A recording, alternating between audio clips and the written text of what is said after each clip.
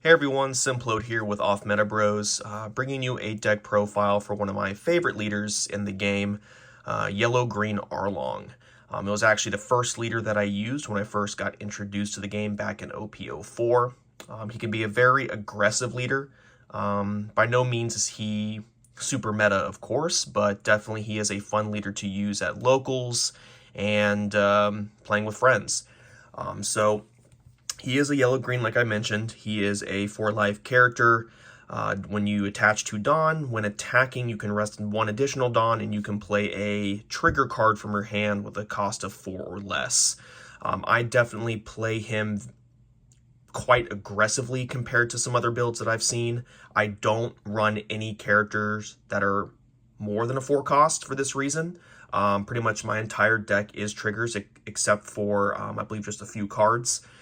So you'll see that in my build that he is very low cost from what I have. The reason is so when I get to the higher Dawn turns, I can actually start throwing out multiple characters per turn rather than the occasional one plus a big body or whatnot. And you'll see that for sure. So let's get right into it. The first card that I run 4 of is Onami's. The reason I run 4 of is not only because of the trigger, you can KO a 5 cost or less, but also because of the on-play effect. Meaning, even turn 2, if I go first, I can use leader ability, throw down the Onami, and before the attack hits, I can actually give Arlong the banish. So already right into it, turn 2, I'm already swinging with a 7k swing plus banish, so it kind of forces the opponent to trash cards early. So I really try to, at least when I open up my hand here, or at least when I have my starting hand, I try to at least get one Onami and one of the next card that I'm about to show you, and you'll see why. So I definitely run 4 of her. Next is I run 4 of the Charlotte Crackers. And this is why I mentioned I like to have at least one in my opening hand, especially if the opponent leader is a 5-life leader. Because throwing him down first turn or second turn definitely forces them to think about what they're going to do the next few turns, especially if I start getting that double attack with them. So I really try to clear out their hand early on to kind of screw with their game plan, so to speak. So I definitely run 4 of him, pretty much a necessity in this deck. Next is one of the most important cards, is the 4-cost green Arlong. Quite a powerful card. Essentially, on play, you can trash 1 card from your hand, and you can pretty much freeze the opponent leader from attacking next turn. So it kind of slows down their attacks, which is definitely something you need while playing Arlong, because it can get quite out of hand quickly, especially if you're playing against some meta decks. But this is definitely an annoyance for other decks to play into. And also has a trigger of rest an opponent character with a cost of 4 or less, which I rarely use because I really like to use the on-play effect, but worst case, near the end of the game, get this in as a trigger. It can be come in handy. Next, I play 3 of the Nikos, mostly because of definitely the Dawn 2 effect. You can attack a active character, but of course, and also another trigger. You can play it from your life if they have 3 or less life. So pretty good there. I only run 3 of them. Next is I run an essential yellow staple. I run 4 of the Kikus. Of course, you know, player down, I mean, and you get life off KO. Like I said, it's a yellow staple, pretty much used in, if not every yellow deck out there. But late game, it's nice. I usually try not to save her from attacks because of the KO effect, unless I know I could possibly go for game next turn, or I need the swings to take out bigger bodies. But usually I just let her go, help me get an extra life in my life pile. Next, I run 2 Jewelry Bonnies. Very good card for essentially the rotation of your hand. Definitely cycle some cards if need be. Basically just attach 1 Dawn. I very rarely swing with her for this reason, because you can attach 1 Dawn, If you hit life against the opponent, you can draw 2 and trash 1 card from your hand once per turn. So it's really nice to help cycle cards out of your hand that you don't want to use or you know that you're going to need. 2Ks, extra bodies, a very nice card, so I run 2 of her. Next, I also run 2 of the S Sharks. This is a newer addition to my deck here. It's pretty nice. Don 1, when attacking, your opponent cannot attack or activate a blocker during this turn.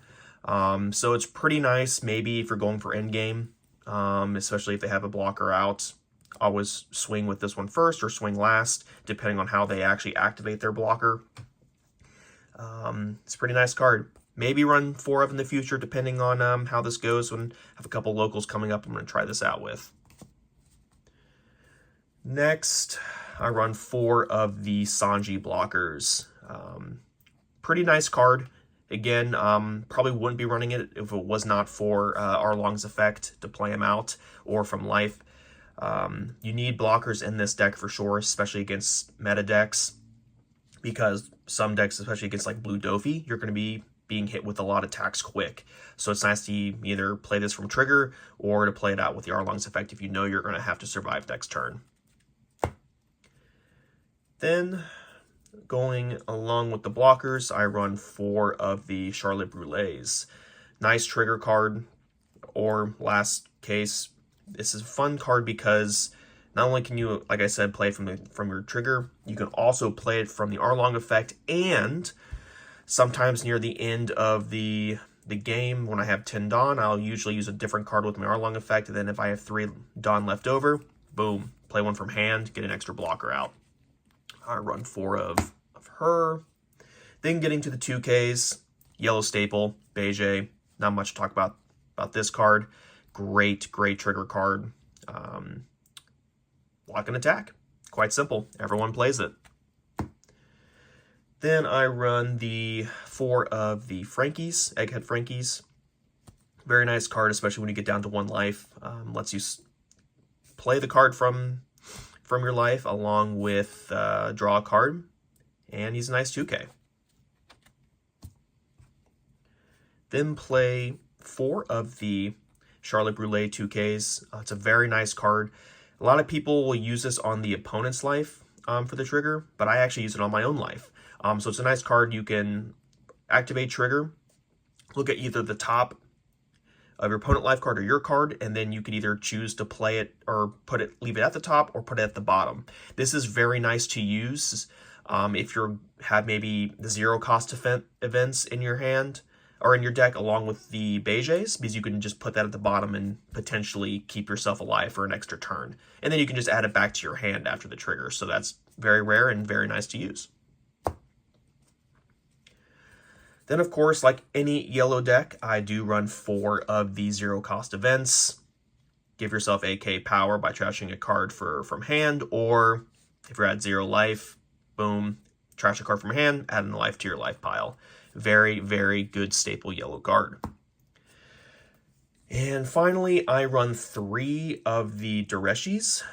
I think this is a great addition to this deck in OP9, especially because of the fact that I can search for trigger cards. Get to look at the top 5, pick 2 cards with trigger, which my entire deck is, and then, boom, add it to your hand and move on, or trigger, draw a card. So this is very nice, especially late game, when you have 10 Dawn, throw this out first, then you have 7 Dawn left to work with. You could either play a 4-cost character and then use Arlong effect, and that's a perfect turn. Alright guys, so that is my 50 card deck for Arlong. We're going to try it out in some locals, but that's it. It's a great leader, really aggressive leader. It's going to get a little bit stronger in OP10 with the new Basil card coming out, but very excited to use this leader at some locals.